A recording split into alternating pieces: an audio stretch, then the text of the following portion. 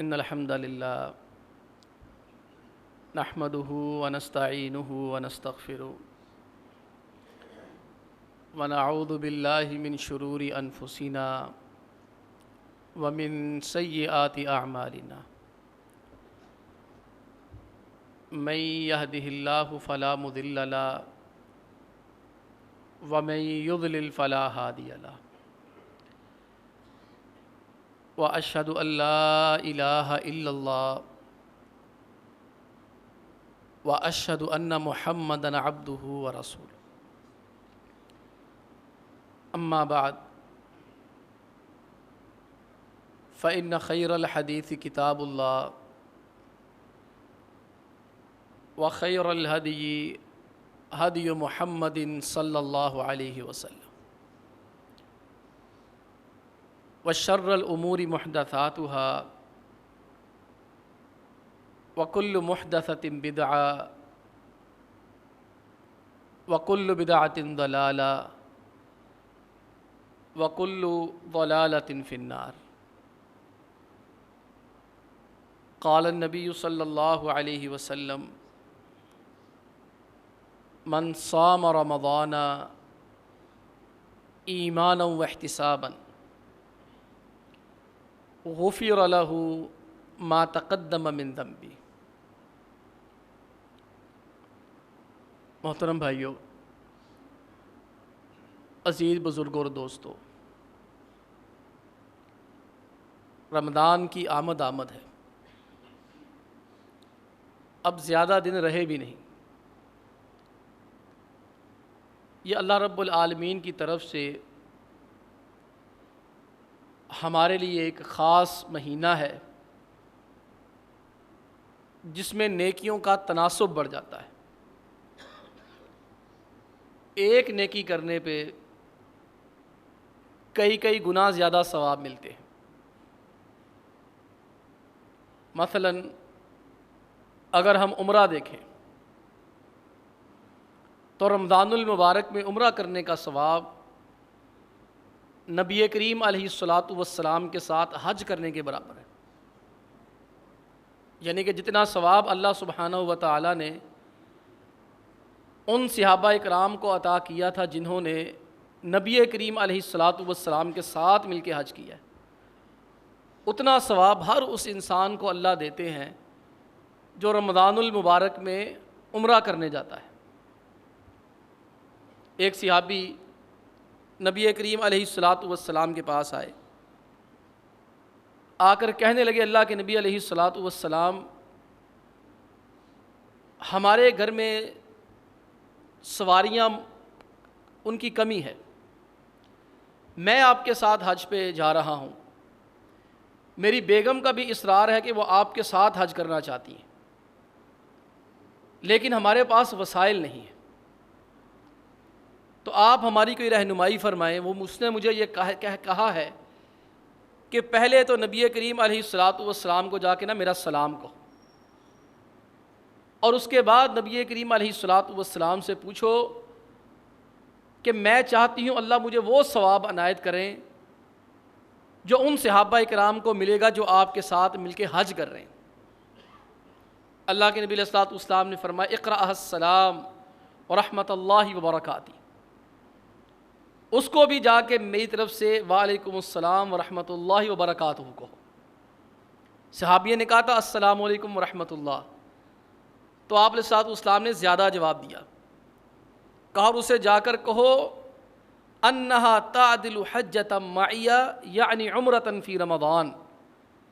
اسے کہو جب رمضان آئے تو عمرہ کر لینا، اللہ تمہیں اتنا ہی ثواب دے گا جتنا میرے ساتھ حج کرنے کا ثواب ہے. یعنی کہ رمضان کے اندر نیکیاں ایک سیزن ہی سمجھ لیں، ہر عمل کا ثواب زیادہ سے زیادہ ہو جاتا ہے. اب اس کے اندر جو نیکیاں زیادہ کرنے والی ہیں وہ تو بہت چیزیں ہیں. 3 بنیادی چیزیں ہیں جو نبی کریم علیہ الصلاۃ والسلام اور صحابہ اکرام رضی اللہ تعالی عنہم اور یہ امت مسلمہ کثرت سے کرتی ہے. لیکن اس سے کرنے سے پہلے ذرا یہ سوچ لیں یہ کام لوگوں کو دکھانے کے لیے نہیں کرنے، اللہ کی رضا کے لیے ہی کرنے. من صام رمضان ایمانا و احتسابا، اللہ کے نبی علیہ السلام فرماتے ہیں جو روزہ رکھتا ہے مسلمان ہے، اور دوسری شرط ہے احتساباً، ریاکاری سے پاک ہو، اللہ کی رضا کے لیے روزہ رکھے، اللہ اس کے سارے پچھلے گناہ ہی معاف کر دیتے۔ اب جو کرنے والی چیزیں ان میں سے سب سے پہلی چیز یہ ہے کثرت کے ساتھ قرآن پاک کی تلاوت کرنا، اور کم از کم ایک دفعہ تو قرآن پاک پورا پڑھ دینا چاہیے، کم از کم ہے۔ گزشتہ سال جامعہ سلفیہ کے استاد ہیں قاری عبدالسلام شکور صاحب، جامع عمر مسجد میں امام صاحب ہیں، تو انہوں نے مجھے بتایا کہ 22 رمضان المبارک کو میں نے مولانا ارشاد الحق اثری صاحب سے پوچھا کہ آپ نے کتنے قرآن پڑھے ہیں، تو انہیں فرمایا کہ میں نے 22 دنوں کے اندر 18 مرتبہ قرآن پاک ختم کر لیا، یعنی ایک دو بھی نہیں۔ فرمایا کہ ان 22 دنوں میں نے 18 مرتبہ اللہ کے فضل سے قرآن پاک ختم کر لیا ہے۔ امام مالک رحمۃ اللہ علیہ جب رمضان المبارک کا مہینہ آتا احادیث کو بند کر دیتے، اور شاگرد کہتے استاد جی ہمیں مسئلے بتائیں، ہمیں احکام بتائیں، ہمیں حدیثیں سنائیں، تو فرمایا کرتے تھے ھذا شہر القرآن، یہ قرآن پاک کا مہینہ ہے، اس میں ہم نے قرآن پاک پڑھنے کے سوا دوسرا کوئی کام نہیں کرنا۔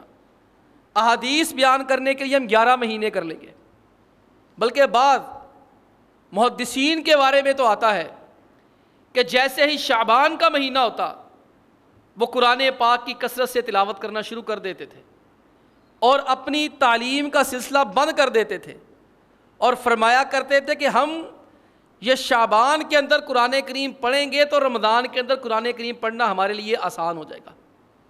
اس لیے پہلی گزارش یہ ہے قرآن پاک پڑھیں، کثرت کے ساتھ پڑھیں۔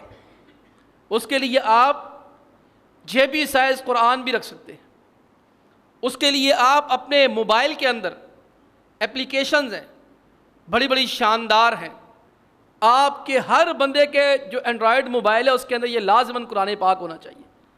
قرآن پاک دیکھیں گے اللہ دل میں خیال ڈالے گا یار اس کو پڑھ ہی لو، پھر اپنا جو ہے وہ روز نامچہ طے کریں، اپنا قرآن پاک کا ایک کھاتہ بنائیں، ابھی سے ایک ترتیب لگا لیں کہ میں نے قرآن پاک کتنا پڑھنا ہے، اور اس کے مطابق اپنا قرآن پاک مکمل کریں۔ میں نے عرض کی کم از کم ایک مرتبہ اللہ کے حبیب علیہ الصلاۃ والسلام جبریل امی کے ساتھ مل کر قرآن پاک کی پوری دہرائی کیا کرتے تھے۔ جب رمضان المبارک کا مہینہ آتا تو جبریل امی آتے، پیارے پیغمبر علیہ الصلاۃ والسلام اپنا پارہ جبریل امی کو سناتے، اور جبریل امی اپنا پارہ نبی کریم علیہ الصلاۃ والسلام کو سناتے، یعنی جو قرآن لے کے آیا ہے وہ بھی قرآن سنا رہا ہے، اور جس عظیم اور مبارک اور مقدس اور پاکیزہ ہستی پہ قرآن اتر رہا ہے وہ بھی قرآن پڑھ رہا ہے۔ اس لیے میں کہا کرتا ہوں کہ اس حدیث کی روشنی میں پتہ چلتا ہے سامع کوئی لولا لنگڑا لچا لفنگا نہیں ہونا چاہیے، اور قرآن سنانے والا وہ نہ ہو 11 مہینے داڑھی تراشی، بے نماز رہا، شلوار ٹخنوں سے نیچے رہی، جیسے ہی شعبان کا چاند چڑھا اس کی بھی داڑھی بڑی ہو گئی، اس کی بھی شلوار تھوڑی سی شرم و شرمی ٹخنوں سے اونچی ہو گئی۔ قرآن سنانے والا بھی اعلیٰ ہو اور قرآن سننے والا بھی اعلیٰ ہونا چاہیے۔ اس طرح کی حرکتیں کریں گے تو ایسے بندے کے پیچھے نہ قرآن پڑھنے کا مزہ آنا ہے نہ سننے کا مزہ آنا ہے۔ یہ سنانے والے بھی نبی کریم علیہ الصلوۃ والسلام ہیں، اور سننے والے جبریل امی علیہ الصلوۃ والسلام ہیں۔ یہ دور کرتے، اور پھر نبی کریم علیہ الصلوۃ والسلام کے پاس جب سیدہ فاطمہ رضی اللہ تعالی عنہا ملنے کے لیے آئیں اور پیارے پیغمبر علیہ الصلوۃ والسلام کی تکالیف کو دیکھا اور رونا شروع ہو گئی۔ پیارے پیغمبر علیہ الصلوۃ والسلام نے ایک بات کہی، رونا شروع ہو گئی۔ سیدہ عائشہ رضی اللہ تعالی عنہا فرماتی ہیں میں نے نبی کریم علیہ الصلوۃ والسلام کے انتقال کے بعد انہیں کہا آپ کے والد گرامی نے آپ سے کوئی کان میں بات کہی تھی جس کی وجہ سے آپ رو پڑی تھی، وہ کیا بات تھی؟ اور آپ کے والد گرامی نے آپ کے کان میں اس کے بعد ایک بات کہی تھی، آپ ہنس پڑی تھی، وہ کیا بات تھی؟ فرمانے لگی میرے ابو نے کہا تھا کہ فاطمہ جبریل میرے پاس آیا کرتے تھے، یعارضنی القرآن کل سنۃ مرہ، ہم ہر سال ایک دفعہ قرآن کریم کی دہرائی کیا کرتے، میں جبریل کو پارہ سناتا، جبریل مجھے پارہ سناتا، وَأَنَّهُ عَارَضَيْنِ الْعَامَ مَرَّتَيْن، اس سال جبریل نے مجھے کہا ہے کہ ایک دفعہ نہیں 2 دفعہ سنانا ہے. ولا ارى لاجل الا قد اقترب. فاطمہ مجھے لگتا ہے کہ میرے بلاوے کا وقت آ گیا ہے. اس لیے گزارش یہ ہے کہ جن کو امیدیں ہیں کہ وہ اگلا سال زندہ رہ لیں گے، امید تو کسی کو نہیں ہے نا، لیکن ایک داڑھی کا سفید ہو جانا، بزرگی کا آ جانا اور دکھوں اور غموں کا آ جانا، ڈاکٹروں کی طرف سے مایوس کن باتیں ہونا، یہ ایک علامتیں ہوتی ہیں کہ شاید یہ بندہ ابھی چلا جائے. تو جو بندہ بالکل صحت یاب ہے وہ کم از کم 1 دفعہ پڑھے، اور جس کے آخری ایام ہیں اسے پتہ چل رہا ہے کہ میں چند دنوں کا مہمان ہوں، اسے کم از کم 2 مرتبہ قرآن پاک کی دہرائی کرنی چاہیے. یہ اللہ کے پیغمبر علیہ الصلوۃ والسلام کا کام تھا. جو اللہ کے حبیب علیہ الصلوۃ والسلام قرآن پاک کو پڑھا کرتے، اور اس کا فائدہ بھی الٹا ہماری ذات کو ہی ہونا. ایک رمضان، دوسرا قرآن، دونوں کا بڑا آپس میں گہرا تعلق ہے، کیونکہ اسی مہینے میں قرآن پاک نازل ہوا ہے. شہر رمضان الذی انزل فیہ القرآن. قرآن اور رمضان کا گہرا تعلق اس لیے بھی ہے کہ جس مہینے میں اللہ نے قرآن پاک کو نازل کیا وہ رمضان کا مہینہ ہے. اس اعتبار سے اس کو زیادہ سے زیادہ پڑھے. اور اللہ کے نبی علیہ الصلوۃ والسلام نے اسی لیے ایک حدیث کے اندر قرآن کو اور رمضان کو جمع کر دیا. الصیام والقرآن یشفعان للعبد یوم القیامہ. پیارے پیغمبر علیہ السلام فرماتے ہیں قیامت کا دن ہوگا جب بندہ سفارشوں کا متلاشی ہوگا، میری کوئی سفارش کرے، فرمایا اس وقت رمضان اور قرآن آ کے اس کی سفارش کریں گے. کیا ہوگا؟ یقول الصیام، اللہ روزے کو بولنے کی طاقت دے گا، اور روزہ بول کر کہے گا یا ای ربی، اے اللہ پروردگار، منعتہ الطعام والشہوات بالنہار. اللہ اس نے دن کو روزہ رکھا اور میرے احترام میں یہ جائز چیزوں سے بھی بعد آ گیا. کھانا پینا جائز ہے، بیگمات کے پاس جانا جائز ہے، لیکن رمضان کے اندر ممنوع ہو گیا، منع کر دیا گیا. تو روزہ سفارش کرے گا یا اللہ یہ سارا دن میرے عزت اور احترام کی وجہ سے کھانے پینے سے رکا رہا، فشفعنی فی، یا اللہ میری سفارش قبول کر اس کے گناہوں کو معاف کر دے. ایک سفارش ہو جائے گی. ساتھ ہی اللہ کے نبی علیہ السلام فرماتے وَيَقُولُ القرآن، اللہ قرآن کو بھی بولنے کی طاقت دے گا. وہ کیسے دے گا؟ جیسے اللہ کی مرضی، اللہ کا حکم. قرآن کیا کہے گا؟ منعتہ النوم باللیل فشفعنی فی، یا اللہ یہ ساری رات مجھے ہی پڑھتا رہا، میری وجہ سے سویا نہیں ہے، یا اللہ میری وجہ سے سویا نہیں ہے، میں اس کی سفارش کر تو اس کے گناہوں کو معاف کر دے. فیشفعان، اللہ کے پیغمبر علیہ السلام فرماتے ہیں اللہ روزے کی سفارش بھی قبول کرے گا اور قرآن کے پاک کی سفارش بھی قبول کر کے اللہ اس کے گناہ معاف کر دے گا، اس کو جنت میں بھیج دیں گے. اس لیے رات یہ قرآن کا ذرا نا تعلق ذرا مضبوط کر لیں. میں نے عرض کیا ہو سکے تو ہر وقت جیب میں رکھیں، اگر نہیں تو الحمدللہ ہمارے پاس موبائل ہیں، بہترین ہیں، شاندار ہیں، وہاں اچھا سا جو آپ کا قرآن پاک کا دل کرتا ہے انسٹال کریں اور اس کو پڑھنا شروع کر دیں. اور دوسرا کام، رمضان کے مہینے میں راتوں کا قیام کرنا. یہ بات یاد کر لیں، اللہ کے پیغمبر علیہ الصلوۃ والسلام نے اور صحابہ اکرام نے اور تابعین اور محدثین اور فقہاء میں سے کوئی ایک بندہ بھی ایسا نہیں ہے جو رات کا قیام نہ کرتا ہو. وہ پورا سال ہی کرتے تھے. یہ نہیں ہے کہ رمضان کے اندر ہی رات کا قیام ہے، یہ گویا کہ ایک مہینہ ہماری تربیت ہے کہ ایک مہینہ کیا ہے پورا سال ہی کرو. اتنی ہمارے اوپر اللہ رب العالمین نے مہربانی کی ہے، اللہ رب العالمین نے ہمیں سہولت یہ عطا کر دی ہے. وہی جو رات کو 2 بجے 3 بجے اٹھنا طبیعت پہ گراں اور دشوار ہے، ہمارے لیے یہ آسانی فرما دی کہ ہم اس کو عشاء کے بعد شروع کر لیں. اللہ رب العالمین نے ہمارے اوپر ایک فضل اور احسان کر دیا ہے. تو یہ بھی ایک روٹین بنانی چاہیے. اللہ کے پیغمبر علیہ الصلوۃ والسلام ساری رات قیام کرتے، صحابہ اکرام رضی اللہ تعالی عنہ سارا سال قیام کرتے، سارے تہجد پڑھتے. اللہ کے پیغمبر علیہ الصلوۃ والسلام نے اپنے زمانہ نبوت میں 3 دن رمضان میں باجماعت پڑھائی ہیں. آپ کو کئی ایک روایت مل جائیں گی جس میں اللہ کے نبی علیہ الصلوۃ والسلام رات کو تہجد پڑھتے تھے، کوئی صحابی ساتھ آ کے کھڑا ہو جاتا، عبداللہ بن عباس رضی اللہ تعالیٰ عنہما ساتھ آ کے کھڑے ہو جاتے، آپ علیہ الصلوۃ والسلام جماعت کروا لیتے. اللہ کے پیغمبر علیہ الصلوۃ والسلام نے ایک رات نا وہ غالباً 23ویں کی رات تھی، اللہ کے حبیب علیہ الصلوۃ والسلام نے قیام اللیل کرا دیا. لوگوں کو بڑا اچھا لگا، جتنے لوگ تھے انہوں نے قیام اللیل کر لیا. اور قیام اللیل کرنے کے بعد مدینہ میں ذرا سنگن ہوئی، گفتگو ہوئی، لوگوں نے کہا جی وہاں پر قیام اللیل ہوا تھا. اگلے دن اور زیادہ لوگ آ گئے. دوسرے دن قیام کیا. تیسرے دن اللہ کے نبی علیہ الصلوۃ والسلام نے عشاء سے لے کے فجر تک قیام کرایا. اب ان کی تربیت دیکھیں, ان کی رغبت دیکھیں.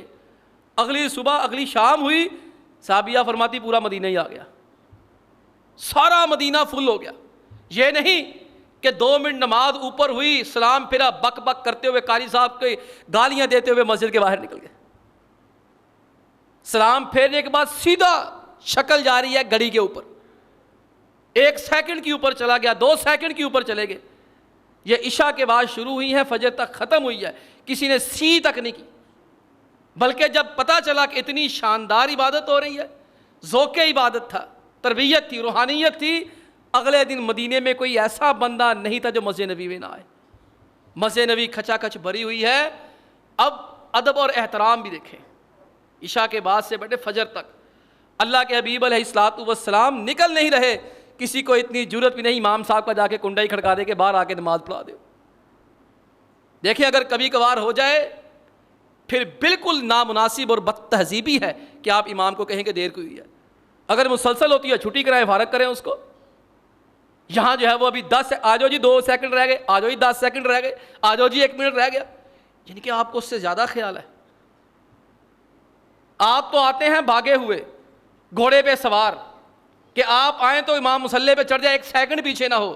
اور میں کہا کرتا ہوں اہل حدیث وہابی پہلا سلام مصلی پہ پھیرتے ہیں, دوسرا جوتی والی جگہ پہ پھیرتے ہیں, باقی تو پھر بھی بیٹھ ہی جاتے ہیں کچھ نہ کچھ.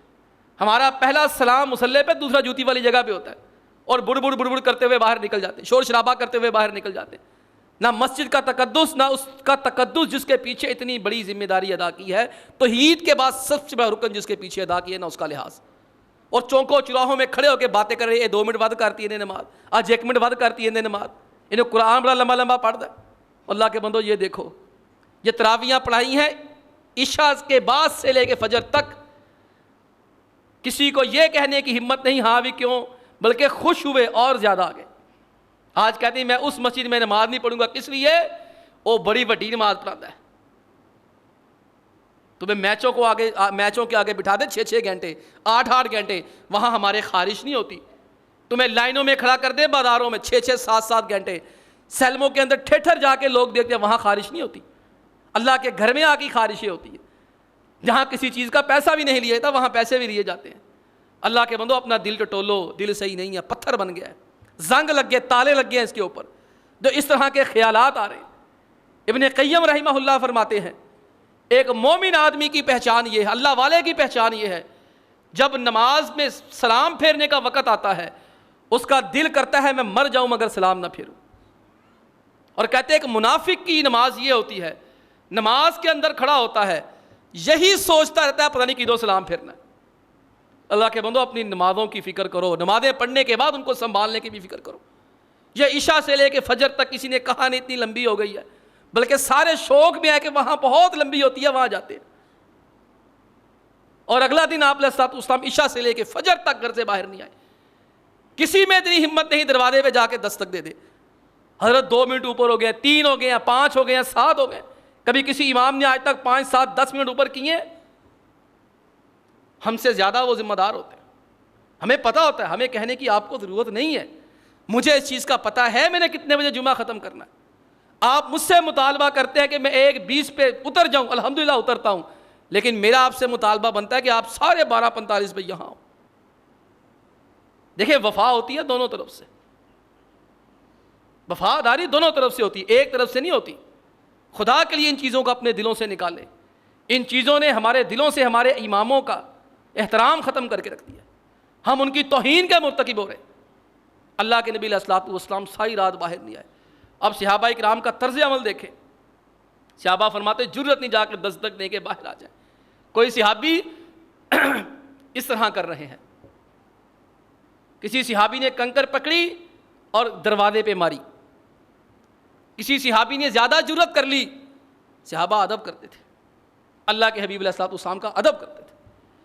صحابہ نبی اکرم علیہ الصلوۃ والسلام کے دروازے پہ کبھی زور سے دستک بھی نہیں دیتے تھے, اتنا ادب کرتے تھے کہ اللہ کے نبی علیہ الصلوۃ والسلام کا بھی ادب تھا, آپ کی نیند کا بھی ادب تھا. اللہ کے نبی علیہ الصلوۃ والسلام کا بھی ادب تھا, آپ کے دروازے کا بھی ادب تھا. صحابہ اکرام فرماتے ہم نے ناخنوں کے ساتھ جا کے دستک دی. اب ناخن سے کیسے دستک ہوتی ہے خود غور کیجیے. آپ علیہ السلام فجر تک باہر نہیں آئے. فلما اصبح, جب فجر پڑھانے نکلے, کہا قد رأیت الذی صنعتم, میرے صحابہ یہ نہ سونا کہ تم جاگ رہے تھے پیغمبر سو رہا تھا. ہمارا پیغمبر ایسا نہیں ہے, میں جاگ رہا تھا. ولم یعنی من الخروج الیکم, میں کس لیے باہر نہیں آیا, خشیت ان تفرض علیکم, مجھے ڈر تھا کہ تمہارا شوق دیکھ کے, تمہارا ذوق دیکھ کے اللہ کے تہجد کو, قیام اللیل کو فرض ہی نہ کر دے, پھر تم نے پڑھنی کوئی نہیں. اللہ کے حبیب علیہ الصلوۃ والسلام کے بعد بھی تراویحیں ہوتی رہی, قیام اللیل صحابہ کرتے رہے. صحابہ اکرام کیسے قیام اللیل کرتے تھے, ٹولیاں بنا لیتے. ابوبکر صدیق کے دور میں جنگیں رہی, فتوحات کی طرف لگے رہے, اندرونی معاملات, انٹرنل معاملات سلجھاتے رہے, اسی میں لگے رہے. جب ان کا دور نکل گیا, ذرا سہولیات ہو گئی, سکون مل گیا, عمر فاروق رضی اللہ عنہ کے دور میں, صحابہ کے دور میں 5 بندے یہاں تراویحیں پڑھ رہے ہیں, 4 یہاں پڑھ رہے ہیں, 3 وہاں پڑھ رہے ہیں. عمر فاروق رضی اللہ تعالی عنہ نے کہا یہ مناسب نہیں, یہ آوازیں ٹکرا رہی ہیں ایک دوسرے کے ساتھ. تراویحیں شروع نہیں کرائی, قیام اللیل صحابہ نے شروع نہیں کروایا, قیام اللیل تراویحیں پہلے ہی ہوتی تھی, ایک امام کے پیچھے پہلی دفعہ شروع کرائی تھی. ذہن سے نکالے. لوگ ہمارے وہاں بھی نا جان چھڑوانے کے لیے پتہ ہے کیا کرتے, او آپ نے ہمیں 3 دن پڑھی ہیں, اسی 3 دن پڑھ لینے, اور 3 دن نہیں پڑھی تھی ظالموں, 355 دن پڑھی ہیں. 55 کھا جاتے ہو. 355 دن قیام اللیل کیا, 3 دن نہیں کیا. صحابہ اکرام نے 3 دن نہیں کیا, 355 دن کیا ہے. عمر فاروق اور صحابہ رضی اللہ تعالی عنہم نے تراویحیں شروع نہیں کرائی, قیام اللیل شروع نہیں کرایا, وہ پہلے سے ہو رہا تھا. اور اللہ کے ولیوں, ان لوگوں نے ایک امام کے پیچھے قیام اللیل شروع کرایا تھا. عمر فاروق جب گھر سے نکلے باہر, مسجد دیکھی, اللہ نے دل میں ڈالا. آپ علیہ السلام نے فرمایا تھا میری امت کے اندر ایسے لوگ ہوں گے کہ جن کے دل میں اللہ حق بات ڈالے گا, عمر بھی انہی میں سے. عمر فاروق رضی اللہ عنہ دیکھا 4 ادھر ہے, 3 ادھر ہے, انہیں کہا یار یہ اچھا نہیں لگتا, آوازیں ٹکراتی ہیں ایک دوسرے کے ساتھ, میرا خیال ہے کہ میں ان کو ایک امام کے پیچھے جمع کر دوں, بس یہ کام کیا. اچھا کس کو بلایا جائے, جناب ابی بن کعب کو بلایا, اور جناب تمیم داری رضی اللہ تعالی عنہما دونوں کو بلایا, اور کہا بھائی آپ دونوں تراویحیں پڑھا دی ہیں. وہ 11 تراویحیں پڑھاتے. پھر صحابہ فرماتے ہر رکعت کے اندر 200 صورتیں پڑھتے تھے. صورتیں میں نے کہہ دیا معذرت کے ساتھ, صورتیں تو ہے 114, 200 آیتیں پڑھتے کم از کم ہر رکعت میں. کوئی چونچ رہا نہیں کرتا. فی فجری, صحابہ فرماتے ہیں عشاء کے بعد شروع ہوتے, فجر سے پہلے گھر میں جاتے, اور خادموں کو, ملازموں کو کہتے جلدی جلدی کھانا تیار کرو کہ سحری نہ رہ جائے. کسی نے چونچ راں کی, کسی نے اون آ کی, کسی نے آگے سے جو ہے وہ بد تہذیبی اور بدتمیزی کا مظاہرہ کیا. اللہ کے بندو بات اصل میں پتہ کیا ہے, اب نہ پڑھنے والے وہ ہیں نہ پڑھانے والے وہ ہیں. اقبال نے کہا تھا نا, تو ابھی راہ گزر میں ہے, قید و مقام سے گزر, مصر و حجاز سے گزر, فارس و شام سے گزر, تیری نماز بے سرور. اقبال کہتا تو نماز پڑھتا تجھے مزہ ہی نہیں آتا, تیری نماز بے سرور, تیرا امام بے حضور. نہ تیرا امام ہی ٹھیک نہیں, تیری نماز بے سرور, تیرا امام بے حضور, ایسی نماز سے گزر, ایسے امام سے گزر. اور اقبال نے کہا تھا نا, میں جو سر بسجدہ ہوا کبھی, زمین سے آنے لگی صدا, تیرا دل تو ہے صنم آشنا, تجھے کیا ملے گا نماز میں. ایک دفعہ نماز کو, قیام اللیل کو قیام اللیل سمجھ کے پڑھو. پھر اقبال ہی نے کہا تھا نا, ایک سجدہ جسے تو گراں سمجھتا ہے, 1000 سجدوں سے دیتا ہے آدمی کو نجات. کوئی ایک سجدہ کرنے کو تیرا دل نہیں کرتا نا, ایک دفعہ صحیح سجدہ کر, تجھے 1000 سجدوں میں اتنا مزہ نہیں آنا جتنا اس ایک سجدے میں آنا ہے. ہمارے سجدے کہاں مزے والے, کہاں لطف والے. ہم تو تلاش کرتے ہیں اے سی کہاں ہے, ہمیں تو یہ تلاش ہے, ہم نے تو تلاشیں رکھنا شروع کر دی ہے. اے سی کہاں لگے ہوئے ہیں, چلتے کہاں پر ہیں, کولنگ کہاں ہوتی ہے. اور چاہے اپنی قریب والی مسجد ویران رہ جائے, ہم وہاں پہنچ جاتے ہیں. میں ان چیزوں کا مخالف نہیں ہوں, آپ بزرگ ہیں, بھائی ہیں, میں آپ کا بیٹا ہوں, بھائی ہوں, ہم بھی سمجھتے ہیں چیزوں کا ہونا ضروری ہے, لیکن یہ مقصود نہیں ہے, یہ مطلوب نہیں ہے. مقصود اور مطلوب اتنا ہے کہ نماز سکون کے ساتھ پڑھی جائے. اب صحابہ اکرام رضی اللہ تعالیٰ عنہم آپ علیہ الصلوۃ والسلام کے پیچھے نماز پڑھتے ہیں نا, یہ تراویح پڑھی تھی, تو اللہ کے نبی علیہ الصلوۃ والسلام کی مسجد میں نہ لائٹیں ہوتی تھیں، نہ صفیں ہوتی تھیں، نہ اللہ کے نبی علیہ الصلوۃ والسلام کی مسجد میں چھت پوری تھی، نہ دیواریں پوری تھیں۔ نمازی پکے تھے، مسجدیں کچی تھی، اب مسجدیں کچی پکی ہیں، نمازی کچے ہو گئے۔ خدا کے لیے اپنے ساتھ نہ انصاف کریں، یہ جو مہینہ ہے اس کی حفاظت بھی کریں۔ یہ جو آپ کو اللہ رب العالمین نے قیام اللیل جیسی نعمت سے نوازا ہے نا، اس کی پابندی کریں۔ اور اب تو الحمدللہ 1-1.25 گھنٹے کے اندر اللہ کا بڑا ہی شکر ہے معاملہ ختم ہو جاتا ہے۔ یہ دوسرا کام ہے قیام اللیل کرنا۔ من قام رمضان ایمانا واحتسابا، پیارے پیغمبر فرماتے جو قیام کرتا ہے رمضان کے مہینے میں حالت ایمان میں، مسلمان ہے، نیکی کی نیت سے، غفر لہ ما تقدم من ذنبی، اللہ اس کے سارے پچھلے گناہ معاف کر دیتا ہے۔ اس لیے گزارش یہی ہے کہ اس کو ذرا غنیمت جانیں، یہ موقع بار بار نہیں آنے، اس کو غنیمت جانیں۔ اور پھر آخری چیز جو آج کی میں عرض کرنا چاہتا ہوں، اللہ کے حبیب علیہ الصلوۃ والسلام رمضان کے اندر صدقہ و خیرات بڑا کرتے ہیں۔ ویسے ہی آپ علیہ الصلوۃ والسلام صدقہ و خیرات کے اندر کی آپ کا مقابلہ کر ہی نہیں سکتا، سیدھی سی بات ہے۔ دنیا میں سب سے بڑے سخی نبی کریم علیہ الصلوۃ والسلام، اجود الناس بالخیر۔ جناب عبداللہ بن عباس فرماتے ہیں دنیا میں سب سے بڑے سخی نبی کریم علیہ الصلوۃ والسلام، وَكَانَ أَجْوَدُ مَا يَكُونُ فِي رَمَضَانَ حِينَ يَلْقَاهُ جبریل۔ جناب عبداللہ فرماتے ہیں لیکن جب جبریل ملنے کے لیے آتے، نبی کریم علیہ الصلوۃ والسلام سخاوت کی انتہائی کر دیتے تھے کہ آپ علیہ الصلوۃ والسلام کو خوشی ہوتی کہ میرے پاس جبریل آیا ہے۔ آپ علیہ السلام صدقہ و خیرات کرتے۔ ہمیں کبھی خوشی ہوئی صدقہ و خیرات کرے، ہمارے پاس کوئی علماء درس دینے کے لیے آ گئے، ہمارے پروگرام اچھے ہو گئے، ضروری نہیں کہ ہر دفعہ مانگا ہی جائے، بغیر مانگے بھی انسان کو خوشی میں دینا چاہیے۔ شارحین نے لکھا ہے کہ جب نیک لوگوں سے ملاقات ہو جائے تو نیک لوگوں سے ملاقات کا یہ فرض بنتا ہے کہ انسان صدقہ و خیرات کرے، اللہ کا شکر ادا کرے، یا اللہ تو نے مجھے نیکوں کی صحبت عطا کر دی ہے۔ یہ آپ علیہ الصلوۃ والسلام کو جبریل کی صحبت میسر آتی، اللہ کا پیغام آتا، اللہ کا دین آتا، اللہ کا دین دینے والا آتا، اللہ کے حبیب علیہ الصلوۃ والسلام لوگوں پہ صدقہ و خیرات کی بوچھاڑ کر دیتے۔ اور کس طرح کیا کرتے تھے؟ اجود بالخیر من الریح المرسلہ۔ جناب عبداللہ فرماتے جیسے تیز ہوائیں چلتی ہیں نا، آپ علیہ السلام تیز ہواؤں کی طرح صدقہ و خیرات کیا کرتے، تیز ہواؤں کی طرح صدقہ و خیرات کیا کرتے۔ اللہ کے بندو مراد یہ ہے جب تیز ہوا چلتی ہے دائیں بائیں آگے پیچھے ہر جگہ چلتی ہے۔ جب تیز ہوا چلتی ہے نا، وہ نہیں دیکھتی اس پیڑ کو میری ضرورت ہے یا نہیں ہے، اس درخت کو میری ضرورت ہے یا نہیں ہے، یہاں میرا کام ہے کہ نہیں ہے، یہ مستحق ہے کہ نہیں ہے، وہ ہوا چل پڑی اس کی لپیٹ میں سارا کچھ آ جاتا ہے۔ مراد یہی ہے صدقہ و خیرات بھی کرے، لوگوں کو افطاریاں بھی کرائیں، لوگوں کے روزے بھی کھلوائیں، لوگوں کو سحریاں بھی کروائیں، مسجد میں بھی خدمت کریں، غریبوں کی بھی خدمت کریں، مسکینوں کی بھی خدمت کریں۔ اور ہمارے ہاں الحمدللہ ہمارے معاشرے کے اندر ایک بڑا اچھا سسٹم ہے، لوگ اس مہینے کے اندر زکوٰۃ نکالتے ہیں، اچھی بات ہے۔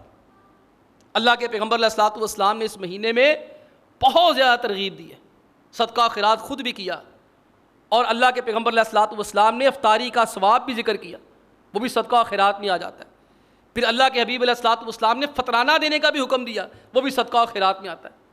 پھر اللہ کے حبیب علیہ الصلوۃ والسلام خواص خواتین کے پاس گئے، بیویوں کے پاس گئے، کیونکہ عید کے دن نماز پڑھائی ان کے کانوں میں آواز لگی تھی، خطبہ نہیں سن سکی۔ آپ علیہ الصلوۃ والسلام پھر ان کے پاس گئے، بلال حبشی رضی اللہ تعالی عنہ کے ساتھ، اور ساتھ ان کو جا کر کہا تصدقنا، اے عورتوں کی جماعت اللہ کی راہ میں کثرت سے صدقہ و خیرات کیا کرو۔ اس لیے صدقہ و خیرات کی ترغیب ہے۔ لوگ زکاتیں نکالتے ہیں، لیکن خدا کے لیے زکوٰۃ نکالنی ہے کسی کا بھلا کرنے کے لیے نکالنی، اپنا بھلا کرنے کے لیے نکالنی۔ لوگ آگے پوچھتے ہیں میں کسی کو پیسے لانے میں زکوٰۃ کاٹ لوں، میں نے کسی سے اتنا لاکھ لینا ہے، اتنا لاکھ زکوٰۃ میں کاٹ لوں، تو میں کہا کرتا ہوں یار تو تے اپنا بھلا کرتا پہ انہوں بھلا کی کیتا ہے، یہ تو تم نے اللہ کے بندو اپنا فائدہ کر لیا۔ کسی کو زکوٰۃ دینی ہے جناب والا، آپ دیکھیں گے چلچلاتی دھوپ میں چودھریوں کی کوٹھیوں کے باہر، امیروں کی کوٹھیوں کے باہر غریبوں کی مسکینوں کی خودداری کو داؤ پہ لگایا جائے گا۔ وہ بیچارے فجر کے بعد سحری کے بعد کھڑے ہوں گے، لائن میں لگے ہوں گے۔ یہ میاں صاحب اے سی کے اندر سوئے ہوئے ہیں، یہ چودھری صاحب شیخ صاحب خواجہ صاحب سوئے ہوئے ہیں، یہ ماشاءاللہ 12 بجے تشریف کا ٹوکرا لائیں گے، اپنے دستے مبارک سے لوگوں کی ذلت کا اہتمام کریں گے۔ اللہ کے بندو کیوں اجر و ثواب کو ضائع کرتے ہو، کیوں تباہ و برباد کرتے ہو؟ ایک تو یہ بڑا غلط ہے کہ لوگوں کی کوٹھیوں کے باہر لائیں، وہ تو مجبور ہے، مجبور ہے، وہ تو آئے گا، وہ تو آنا ہے بیچارہ، مجبور بھی غیر مجبور بھی آ جائے گا، بے شرم بھی آ جائے گا۔ وہ کسی نے کہا تھا نا، غالباً ساگر نے کہا تھا، ساگر صدیقی نے، پھیلے ہوئے ہاتھ ہی نہیں کبھی آنکھیں بھی پڑھو، کچھ سوالی بڑے خوددار ہوا کرتے ہیں۔ خدا کے لیے لوگوں کی عزت نفس کو مجروح نہ کریں، خاموشی کے ساتھ دیں۔ بلکہ فقہاء نے یہاں تک لکھا ہے کہ اگر کوئی زکوٰۃ، میں بھی لوگوں کو یہی مسئلہ بتاتا ہوں جب لوگ پوچھنے آتے ہیں، اگر کسی کو زکوٰۃ بتا کر کہ میں زکوٰۃ دے رہا ہوں، زکوٰۃ کا مستحق ہے، اس کی عزت نفس اور خودداری مجروح ہوتی ہے، اس کو مت بتاؤ کہ تم اسے زکوٰۃ دے، اس کو ویسے ہی دے دو، بغیر کسی وجہ کے دے دو، بغیر نیت کر کے، بغیر بتائے دے دو، تمہیں پتہ ہے وہ مستحق ہے، لیکن میں لوں گا، اس کو اچھا نہیں لگے گا، اس کو نہ بتاؤ، اس کی عزت رکھو، اس کو کہ میں تمہارے ساتھ تعاون کروں، تمہارے بچوں کا تحفہ دے رہا ہوں، یہ میری طرف سے تمہارے لیے تحفہ ہے، تمہارے لیے عید کا گفٹ ہے، یہ تمہارے لیے راشن ہے، لیکن خدا کا خوف کرو۔ اللہ کے بندو، زکوٰۃ کا مقصد فقیر بنانا نہیں ہے، زکوٰۃ کا مقصد فقیری اور غریبی کو ختم کرنا ہے۔ ہم تو زکوٰۃ کو لوگوں کو غریب اور فقیر بنانے کا ایک آلہ بنا لیا کہ ساری زندگی میرے نیچے لگ کے رہے، میں اس سے سود وصول کروں بعد میں۔ ایسے مت کرو، جو مستحق ہیں، مستحقین ہیں، ان کے ہاتھ میں زکوٰۃ کے پیسے معقول دیں، جو اس کا شعبہ ہے کام کرنے کا، اس کو وہ چیز دیں، وہ ریڑھی لگوائیں، وہ کام کرائیں، اس کے بعد یہ خبردار آج کے بعد میرے پاس مانگنے نہیں آنا، اس کی چھٹی کرائیں، پھر کسی اور اس کو سٹینڈ کریں، پھر کسی اور کو سٹینڈ کریں، پھر اسی کسی اور کو سٹینڈ کریں۔ یہ لوگوں کو مستقل فقیر نہ بنائیں، اللہ کی راہ میں صدقہ خیرات کرنا ہے، ویسے کریں جیسے جناب زین العابدین رضی اللہ تعالیٰ رحمہ اللہ کیا کرتے تھے۔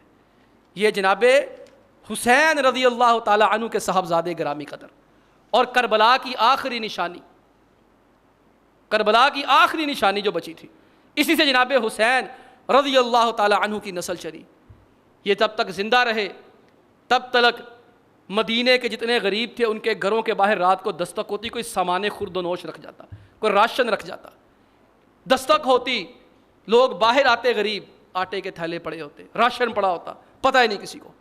جب فوت ہو گئے تو گھروں کے باہر آٹے کے تھیلے آنے بند ہو گئے، لوگوں کو پتہ چل گیا تھیلے کون دیا کرتا تھا، جنت کے شہزادے کا بیٹا، شہزادہ جنت کا، اور کمر پہ لاد لاد کے سامان خود لاتا ہے۔